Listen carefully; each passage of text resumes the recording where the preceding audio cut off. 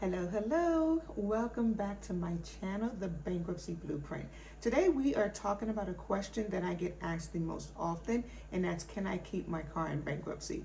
And it's a legitimate question. When you are considering filing bankruptcy, especially with all of the misinformation out there, one of the things that worries people the most is, how is the bankruptcy going to impact their lives? And let's face it, for a lot of us, if we don't have our cars, then, and if we don't have our car because we lost it by filing bankruptcy, then that can have a catastrophic effect on our lives. We need our cars to get to work, to get to school, to chauffeur our children, to pick up groceries. We just need our cars to make our lives run. So it is a legitimate question whether or not I can keep my car when I file bankruptcy. Unfortunately, I have to give the answer that no one likes to hear and that no lawyer likes to give, and that's, it depends. There's no one right answer that will apply to all situations. Every situation is different, and so what may be true for one person may not be true for another. So for example, some people who are filing Chapter 7 bankruptcy may not be able to keep their car.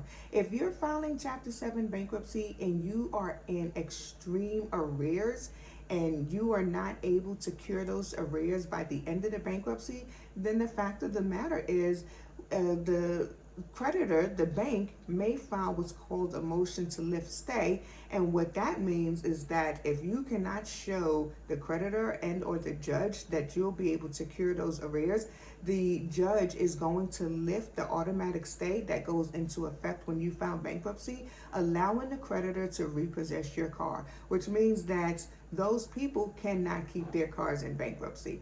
On the other hand, many people can keep their cars in bankruptcy.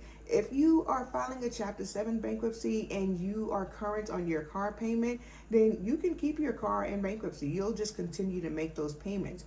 If you are behind on your car payments, but it's only a month or two, maybe even 3, then you can usually work out something with the creditor that will allow you to pay those arrears over a couple of months so that you get caught up. You'll be paying the arrears with your regular monthly payments, so that may make things a little tight for a while, but at the end you'll be caught up and then you can keep your car.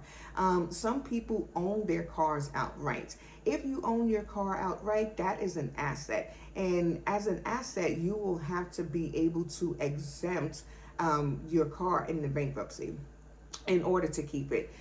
So in Maryland, we have a personal property exemption, which is $9,000, and what's called a wild card, which is $6,000. So between those two, $15,000, most people are able to exempt their car because not a lot of people outright own cars that are worth more than $15,000.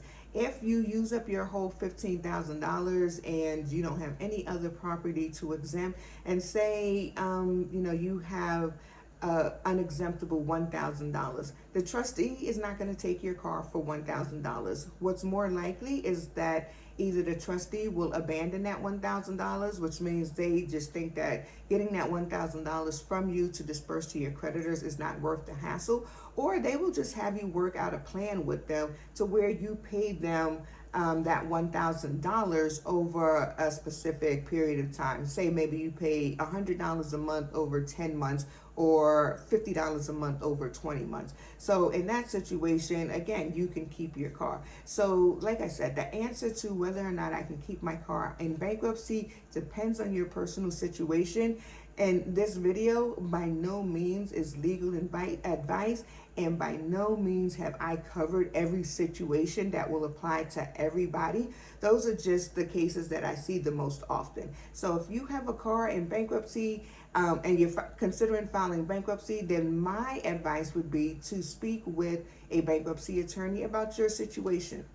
Most bankruptcy attorneys will provide free consultations. And so you can get all of your questions answered, or the majority of them answered, during those consultations. And so I hope that this video was helpful. I know that I said a mouthful. If you need more information, then feel free to call my office. Like I said, we do free consultations for people who live in Maryland and DC. If you found this video helpful, forward it, share it with somebody, hit the subscribe button, like me, do all of the things, and I will see you on my next video.